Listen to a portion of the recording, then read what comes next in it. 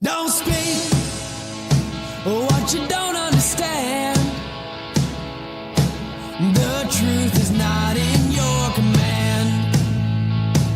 Don't shout about what you think is fake.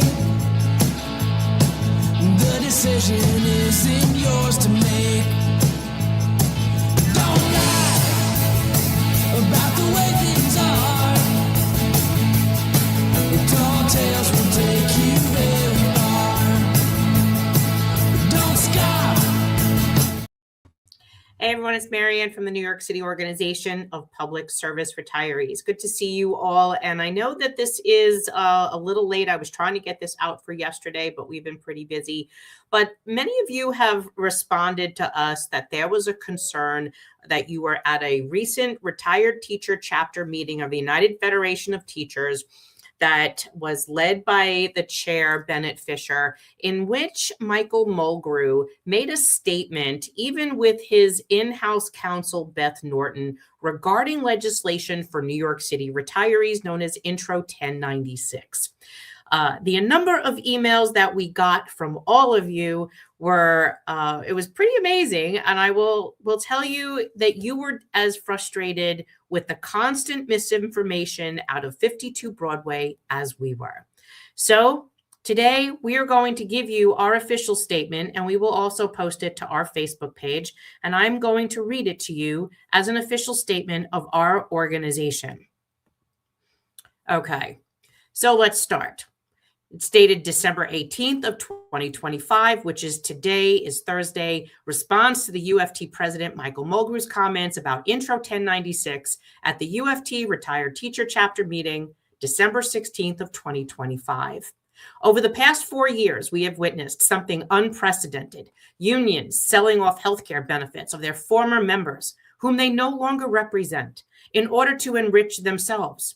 Specifically, the Municipal Labor Committee has worked to secure hundreds of millions of dollars a year for its members by kicking retirees off traditional Medicare and Medicare supplemental insurance and charging them copays.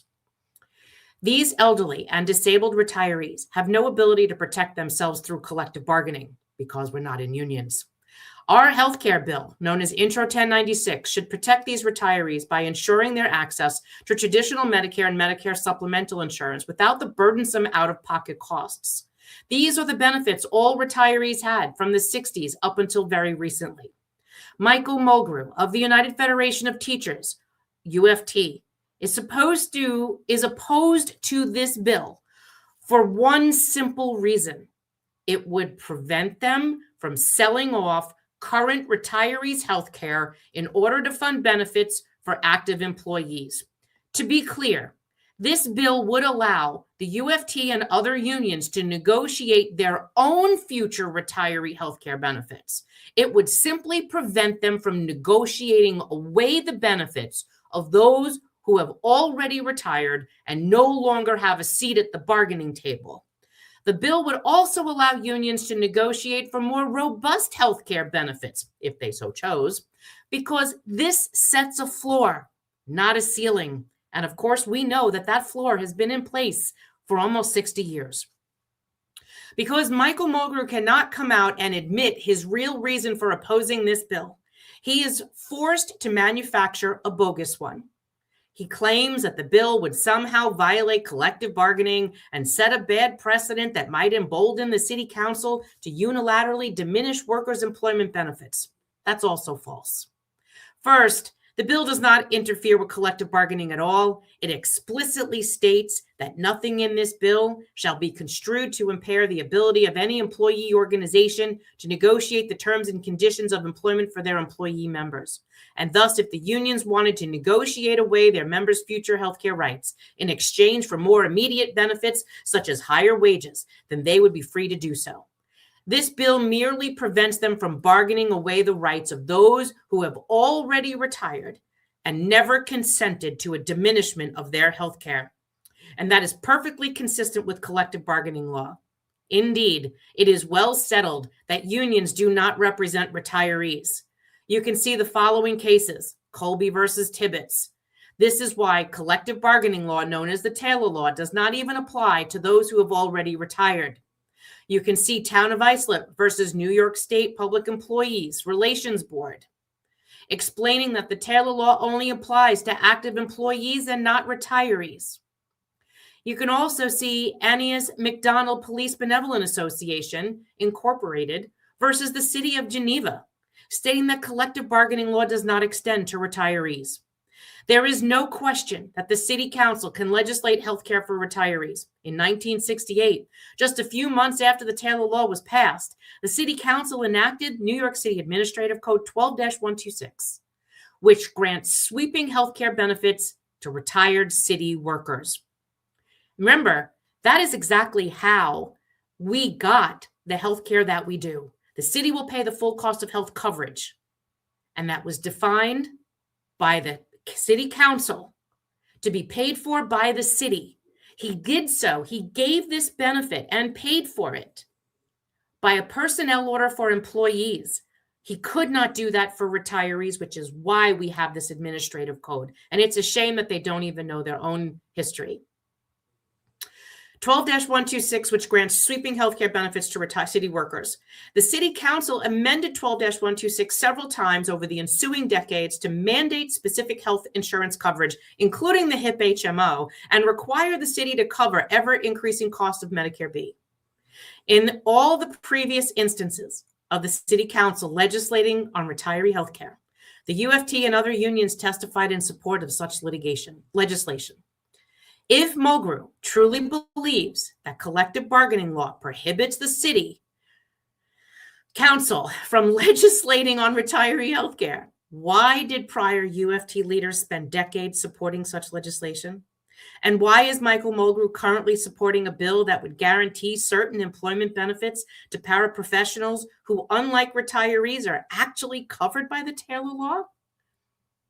Mulgrew is not acting based on legal principle. He just wants the ability to use current city retirees' healthcare as a bargaining tool.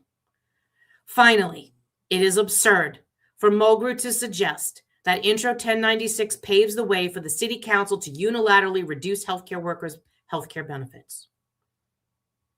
Intro 1096 provides no such authority or precedent. It protects people by setting a baseline for healthcare benefits, which unions can negotiate away for their own members if they wish. But it does not allow the City Council to unilaterally reduce collectively bargained benefits. If the City Council were to do so, that would violate the Taylor Law. The City Council should pass 1096 or whatever the successor bill is going to be in 2026, because this bill is coming back. And as today is the last stated, I would guarantee you that this bill was going nowhere because of what they've done. But they should pass the next bill to protect retiree health care.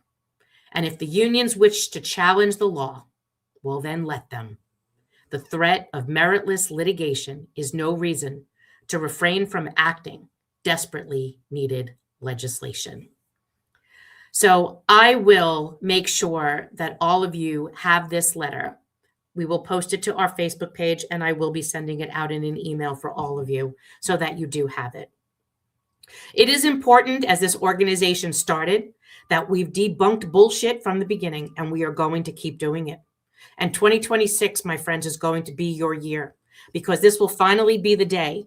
This will finally be the year that we hope that people will finally listen, stop buying into the lies, stop being threatened and intimidated, and stop threatening other elected officials, or elected officials stop threatening other elected officials, and pass a law that truly does protect retiree health benefits. Because otherwise what you're saying is the unions are saying that they want to collectively bargain, and that a law that would protect a retiree violates their ability to collectively bargain away our health care? No. The other misnomer that they like to use is pensions. Look, they moved pensions to legislation, and look at where we got up to tier 6 and all these horrible things. No, that can't be done either. So there will be no one. And let me also remind you before I go, no one diminished healthcare benefits for current retirees until 2014. And then thereon. The 2014 MLC agreement by the United Federation of Teachers, the 2018 MLC agreement by the District Council 37. No union leaders before diminished healthcare benefits for current retirees.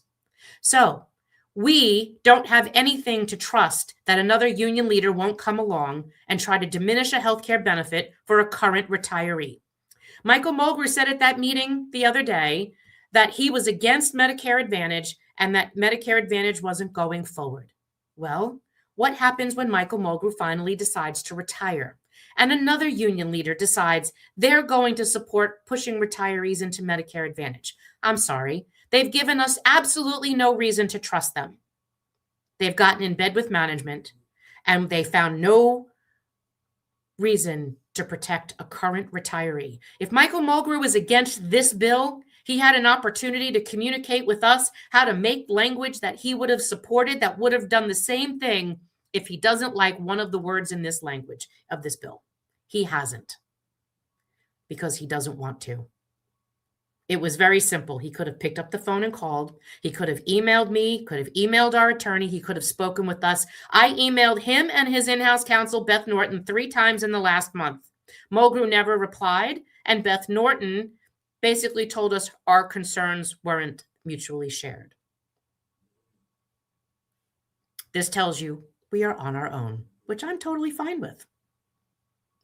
So, ladies and gentlemen, I wanted you to know I did want to make a statement to you. You sent us thousands of emails in the last 2 days, and you wanted a statement from us. That is our statement. I will make sure it gets posted, and we are not going anywhere. We will make sure that you have a protection, whether it's from the next mayor, the next speaker, or the next union leader that wants to take or diminish retiree health care on any current retiree.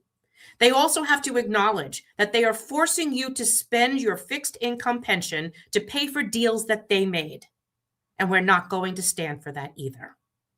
This is why legislation is needed, because unfortunately, a few labor leaders didn't know how to act like labor leaders and thought it was okay to sell off your health care.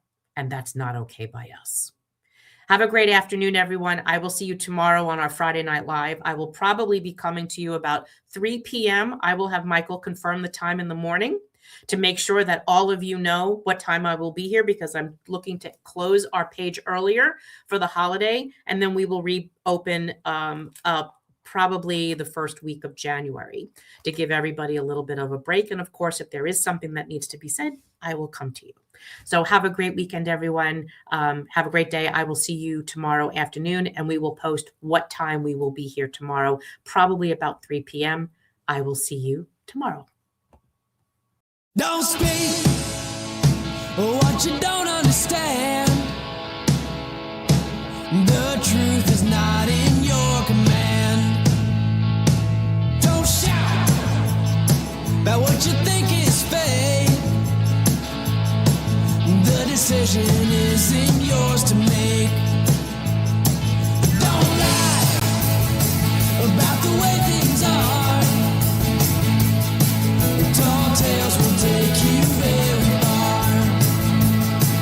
Don't scoff when they say it's the end. In this life, you know you can't pretend. The days pass by.